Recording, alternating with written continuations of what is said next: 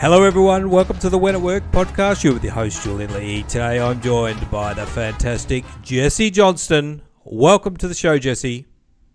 Hey, thanks for having me, Julian. Excited to play along today. I'm excited too. All right, let's get straight into things. We're going to play a game like Who Wants to Be a Millionaire, just for fun. And then you've got 3 lifelines. Don't forget, if you're not sure, to use your lifeline. And then after that, we're going to talk to Jesse about some interesting stuff that he's doing. All right, there we go. First question. A hand gripping the Holy Grail is depicted on pints of what Ben & Jerry's ice cream flavor? A, chocolate fudge brownie. B, chunky monkey. C, fish food. D, Vermonty Python. Julian, I have to go with D. It seems pretty obvious. Well, that's good. Some people wouldn't know that, so I'm glad you're confident. We're going to lock it in. No lifelines. Always a good sign. Lock it in. And that's correct. All right, now I believe that Jesse's going to go all the way. Well, I've had my fair share of Ben & Jerry's. Have you? Yes. Well, I haven't seen that flavor. That's why I didn't know that one. But obviously the Monty Python link is a clue. If you know Monty Python, you're all over that one. All right, a mythical creature blamed for killing livestock in Mexico. El Chupacabra means what in Spanish? Goat sucker, sheep killer, horse eater, cow predator. What state are you in, Jesse? I'm in Pennsylvania. So you're nowhere near the border. What this means in my house is when your kids find out about El Chupacabra, your kids don't sleep that night. Yeah, that's right, yeah. So I probably need to use my 50-50 here. Okay, let's do the 50-50. You didn't do Spanish in school, and there's probably not too many Latinos in Pennsylvania.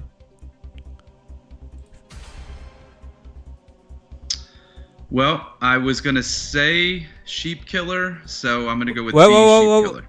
Jesse, I just want to give you a clue, okay? Which animal is more common in Mexico? Probably goats. All right, I saved you. Let's go with goat sucker. Let's lock it in. It just sounds a bit obscene, but it's correct. Julian's leading the witness. Yeah, that's the first time. That's the last time that I'll save you, okay? That's all right. I used a lifeline and a half there. Yeah, no, generally I do give one helping hand in a round. Okay, so that's out of the way now. It's only lifelines. Okay, a key component in their company logo, Pixar's mascot, Luxo Jr., is a what? Desk lamp, magnifying glass, clock, or wristwatch. Now, if you've got kids, I'm sure you have watched many Pixar movies. Do you have any idea? Or you're going to... I'm going to go with A, desk lamp. Okay, sure. Lock it in. That's correct.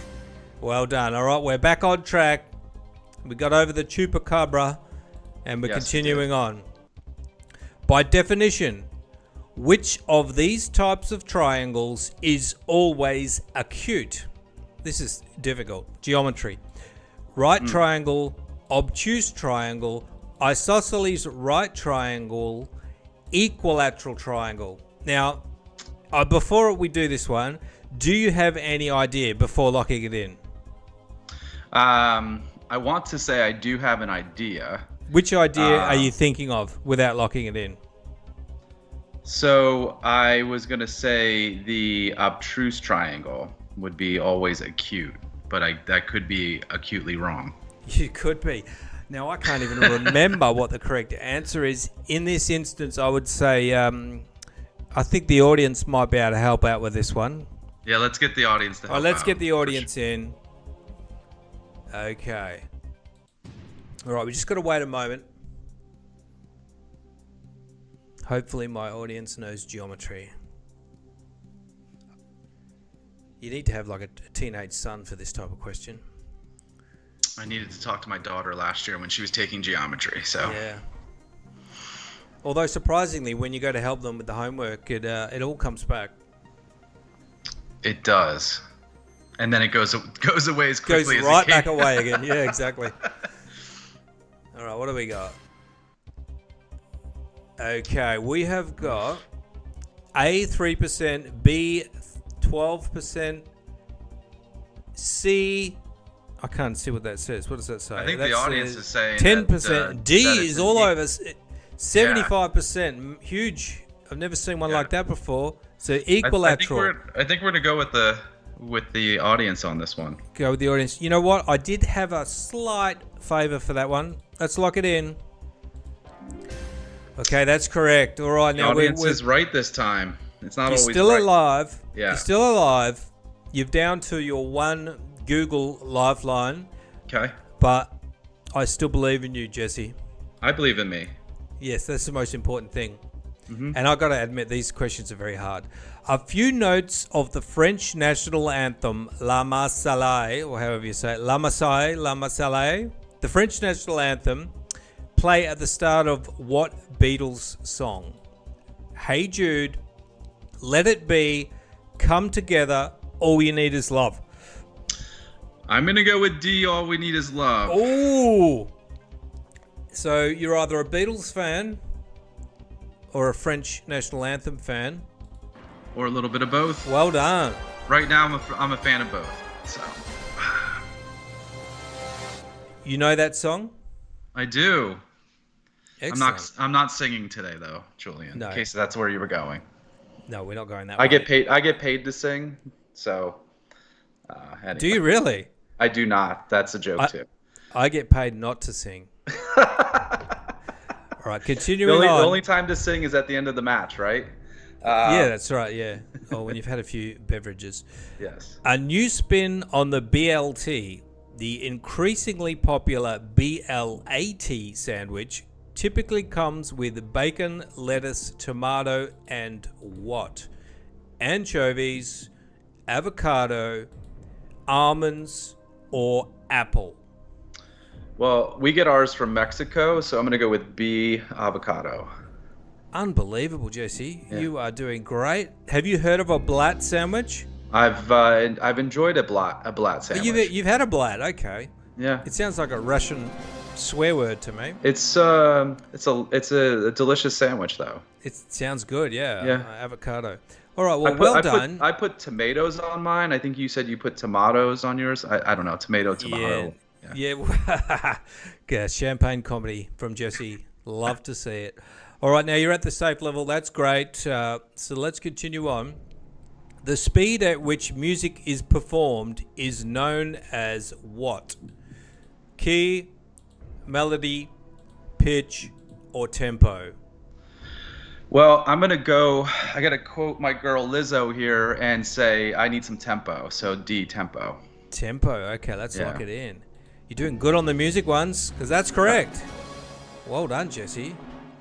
Now, I've never seen somebody blow out their lifeline so quickly and still be alive. And you got one lifeline left. Let's see how far you can go. Yep. A Navy pilot who was shot down in World War II, JFK's oldest brother, JPK, was named what? Joe Paul Kennedy, Joe Peter Kennedy, Joe Patrick Kennedy, or Joe Pedro Kennedy? Oh man, I'm gonna have to use my last lifeline here. Okay, so just go JPK, JFK, or Google something like. Oh, hang on, I'm gonna put the timer on. 1 second. There we go. Okay. Oh, come on now. I'm gonna go with C, Joseph Patrick Kennedy, according to the Google. Yes, and also it's an Irish name, which is what they are Irish. I should have. That's what I was leaning towards, but Joe Paul had me. Yes, it's a very common name, and it's difficult when you're on your last lifeline. You know, when you don't have many left, you don't want to blow it. All right, well done. Yeah, we're really hitting our stride here. Hitting your stride. You're going all the way up to $8,000 question. A new way to teach kids to ride balance bikes are bicycles that are missing what part?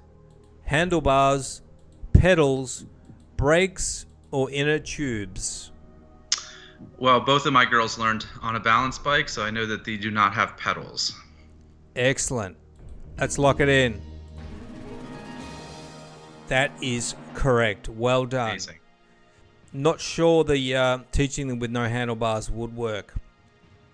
No Too hands, well. Dad. Look. Yeah, no hands. Look, off to hospital. Right. Oh, wow. You're up at the $16,000 mark. This is impressive. A nod to a famous horse race. Its famous horse race. What U.S. state uses the slogan "Unbridled Spirit" to market itself to visitors?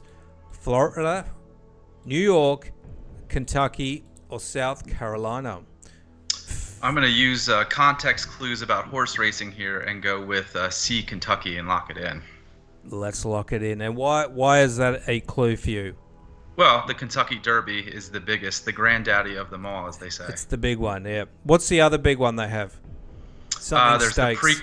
There's the Preakness Stakes. That's the one, yeah. Yeah, there's like Triple Crown, and if you're asking me to name the other one, I'm probably going to forget it right now. Okay. I've definitely heard of the Kentucky Derby. Let's lock it in. Is this correct?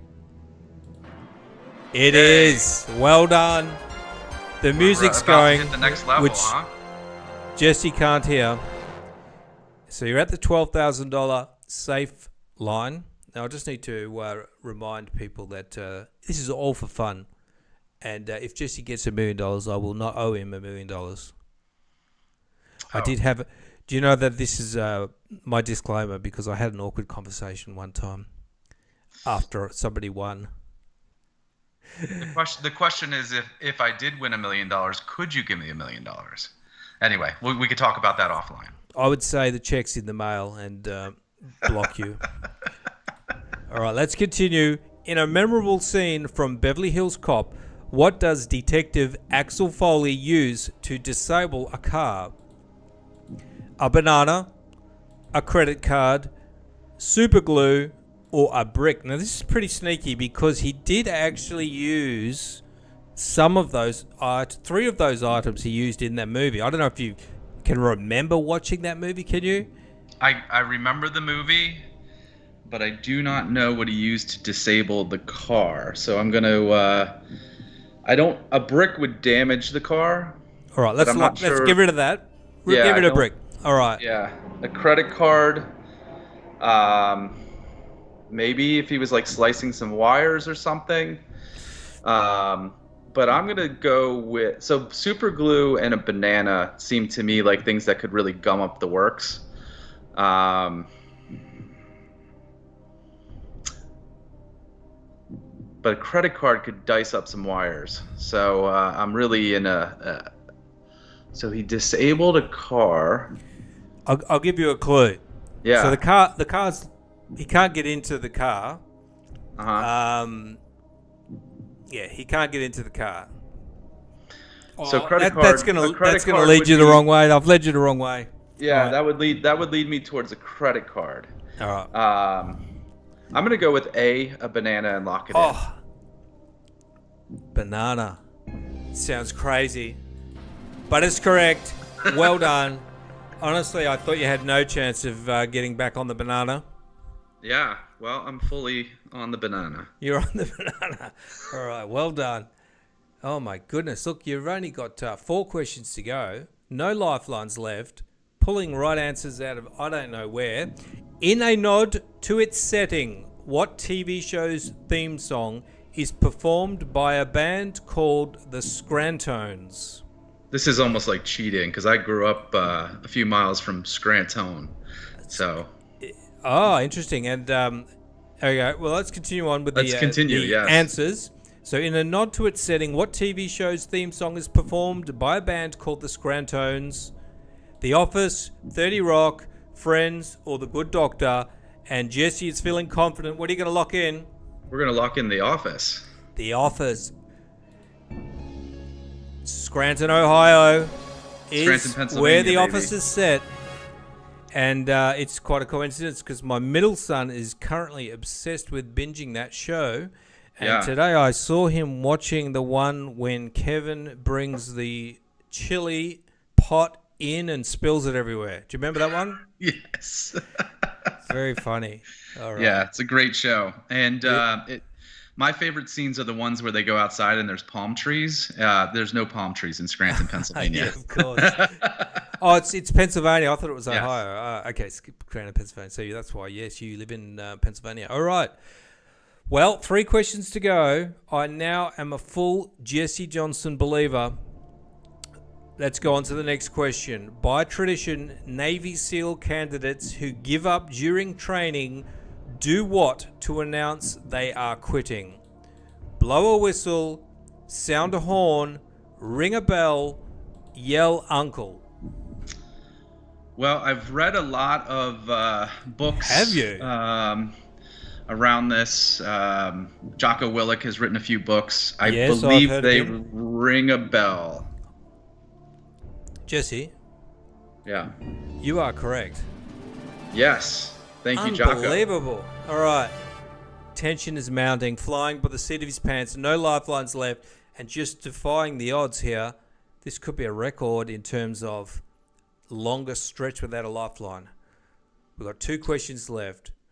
Let's see if Jesse can I'm going to make put it. that on my LinkedIn. Longest Yes. stretch without a lifeline. Yeah, exactly. Yes, it's a huge honor. All right. By far the rarest, only 1% of the US population has what blood type? AB negative, O positive, B positive, or A positive? Oof. This is going to be a guess. I thought it was O negative. Was the rarest. So luckily for you, that's not an option. Yeah. So I believe it's going to be either O positive or AB negative. And since I remember it being a negative, I'm going to go with AB negative. This seems like a complete guess, Jesse.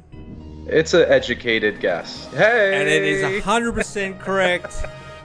So the All right, 3 now- times I took anatomy and physiology in college, the 3rd time Well- definitely stuck. And those times when you think, when am I ever going to need this information? Yeah. And you just never know.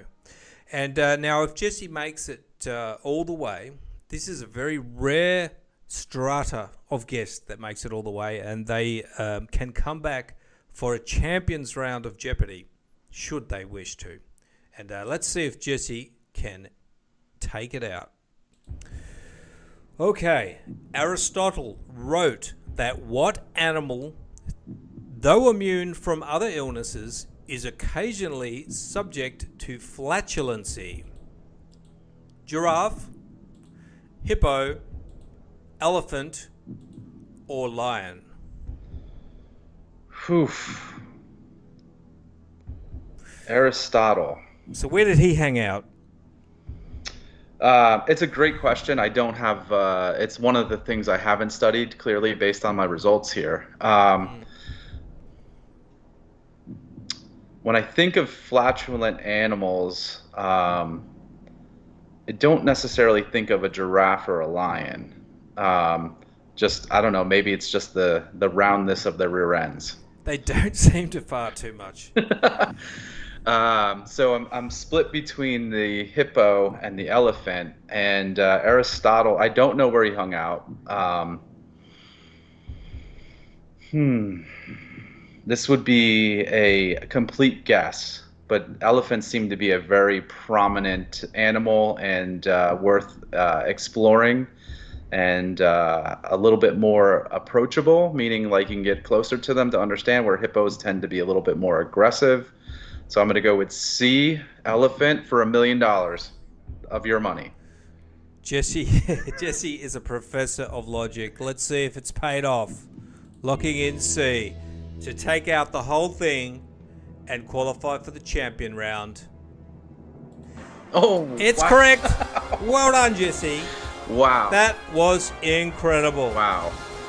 I've never seen anybody do that Wow. with so many questions answered correctly with no lifelines. Well done. Wow. All right, let's kill the music. Oh, that's Whew. better. You have I no need idea a what's towel. going through. Oh, you do. A towel and a beverage. That was great. Well done. So you've gone all the way. You've taken it out. Yes. And that was a phenomenal effort. So we'll get you back to play Jeopardy at some stage. That's if you're amazing. available. That was fun. Thank you for letting me play. I'm glad you had fun. Yeah. All right, Jesse, you've been in the real estate agency industry, Yeah. for a long time. Tell us about that. Tell us about your journey and what you're doing now. Yeah. Well, thank you for letting me talk about myself. I really actually, it's interesting. I think you may have learned a few things about me playing Who Wants to Be a Millionaire, right? But yeah, so I've been in, first of all, I'm a dad. And I think you've heard me mention my daughters several times. Like literally, that's probably the frame around which most of what you're going to hear about is built is like, okay, well, how can I be a top performer and leader and all of these things, and also make sure that I'm showing up as a great dad. So that's a little bit of a frame, but got into the real estate industry at the turn of the century. One of my favorite things to say, because I started in 1999 and into 2000. And I've worn all the different hats in the real estate industry. So in the U.S., I mean, you have your mortgage lender, you have your real estate agents, you have your title insurance company, and so over my career I've done all of that now, and I've been fortunate enough to wear a lot of different hats. Um, and so, yeah, I was a mortgage lender until 2008. And I don't know if you remember 2008, but it wasn't the best year ever in the history of finance. Yes, that was when all of the subprime mortgages caused the big bubble to pop. Is that correct? Yeah, and the ripple wasn't just in the U.S. I mean, it affected financial agencies throughout the world. Deutsche Bank was hit really hard. There was other agencies that went out of business because of that. I waited till Lehman Brothers went out of business to get my real estate license. Though I thought that was a really good cue of like, hey, it's a good time to get into business. These guys are going out. Let's get in. Yeah, So crazy time. And also the year before Y2K, you were getting into it when everyone thought their computers were going to explode. yeah, I decided to spend New Year's Eve in New York City and at a Y2K party, and honestly, it was the right place to be at the right time. So I just remember the DJ playing, went from playing some like really hard house thing to playing New Year's Day by U2, and I was like, this is amazing. So Wow. anyway, and he was spinning vinyl back then still, but I would surprise yeah. that they didn't play that Prince song Party Like It's 1999. I'm sure they did. I think they did that before 2000 though. Ah, of course. Okay. Just calling you on it. Just Yeah, yeah. Got to be accurate. so my trajectory through the business, like, I've always, yeah, I say this with as much humility as I can. I've always been able to produce, right? So as a mortgage lender, I was always a top producer. And, as a young person in the business, the only thing I was chasing was money and prestige. And anything that got in my way was immediately removed, right? That was my tact. It was all extrinsic drivers, like I need more, I need this, I need that. And when in 2008, I also had my first child. So like, you start to change as a person especially, I don't know if as a dad of daughters, like daughters mess you up in all the best ways. Mm. So I had my first daughter in 2008, and I was like, listen, I need to become less transactional and more relational. And so I, it's almost like the Jerry Maguire syndrome of like less clients, more personal service, right? And that's kind of the trajectory that I started going to. But then I also realized that I needed to move really quickly. And so in 2008 and 2009, I hired one of the top real estate coaches at my firm. I was at Keller Williams at the time. And she asked me this simple question: do you want to go 0 to 30, 0 to 60, or 0 to 100? And I was like, 100, please. And she did that. And she did a fantastic job helping me launch my business. However, my drivers still remained mostly extrinsic. They were like, hey, you're number 3 in the office. So, well, how do you become number 1? Oh, and, basically, my goals were set based on putting targets on people's backs, right? Mm. Who's on the kill list? And, these are people that I still like in the world, but they were on the list. And what I found is that by 2011, I was completely burned out, still working with the same coach, but like unable to actually move, right? Unable to move myself. And funny thing around that time, my second daughter was born around that time, and so here I am coming back to what really matters to me and what's going to make me happy. So that's kind of like the story of my early real estate career was like I'm a driver, I'm a top producer, like look at me, look at how amazing I am, to being humbled by the 2008 market, which completely humbled me financially, to being changed as a father, and then realizing like, you're good at this, but you could actually be exceptional at something else. I recently heard John Maxwell on another podcast. Believe it or not, I listen to other podcasts than yours, Julian. I'm sorry. It's all right. It happens. But he said, if you want to be successful, you can easily do that alone. But if you want to live a life of significance, it's going to include other people. And so that's hit me recently. And I was like, that's kind of where I was in 2011. It was like, okay, you're not happy doing this alone.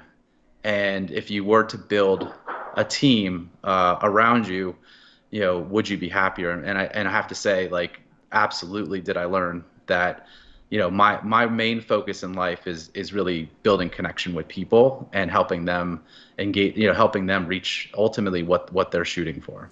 And so that sort of brings us into the next point is developing meaningful connections with teams. And what sort of effect has it had when you have kind of focused on that, and how do you do it? I like to frame it as a question. Like, Julian, imagine everyone on your team is, everybody on your team is moving in the right direction. You know that they are connected to you. You know that they're engaged. You know that they have your back. What does that feel like as a leader? For me, like I answer that question is when it happens, it feels like the wind beneath my wings, right? It's the lift that a lot of leaders don't actually get the opportunity to feel, right? Being a leader innately is a lonely place, right? It's like, you're at the top, you're responsible for vision, you're responsible for paying everybody, you're responsible for making it rain in a lot of cases and making sure that everybody can pay their bills. I mean, that's a lot of responsibility, right? And yet you still have to take care of your own family, your own needs, and all of that. And sometimes, you're in this place where it's like, holy crap, like I don't know what to do next. I don't know who, but what I have found is when I've become more of a servant leader and I've put my focus on the people that I'm leading, that in turn that reciprocated back to me and the business in many ways and allowed me to focus on what's important. Awesome. And on your long road that you've gone down, and there are people out there that are perhaps in the same boat as you were. What are 3 things that you would say to avoid while growing your business in your industry? I would say in any industry, there's, I'm talking about building deep connection, but the one thing that I would avoid right out of the gate is saying that your team, your business, or something is a family. I don't know. That just to me doesn't seem like it works. And the reason why is, I mean, you can be a squad, you can be a team, you can be a crew, but family's different and it comes with different responsibilities. So I would say right out of the gate, identifying that, getting that out of the way. The next step, avoiding, hiring out of need, right? Like if you're bringing people on your team just out of pure need, you're going to come from a place of like, I need this, I need that, and you're going to pull people in that don't necessarily match who you are, your core values, or really the core competencies that you may need. And that leads to a pretty toxic environment where you're just filling seats and with people who don't know their responsibilities.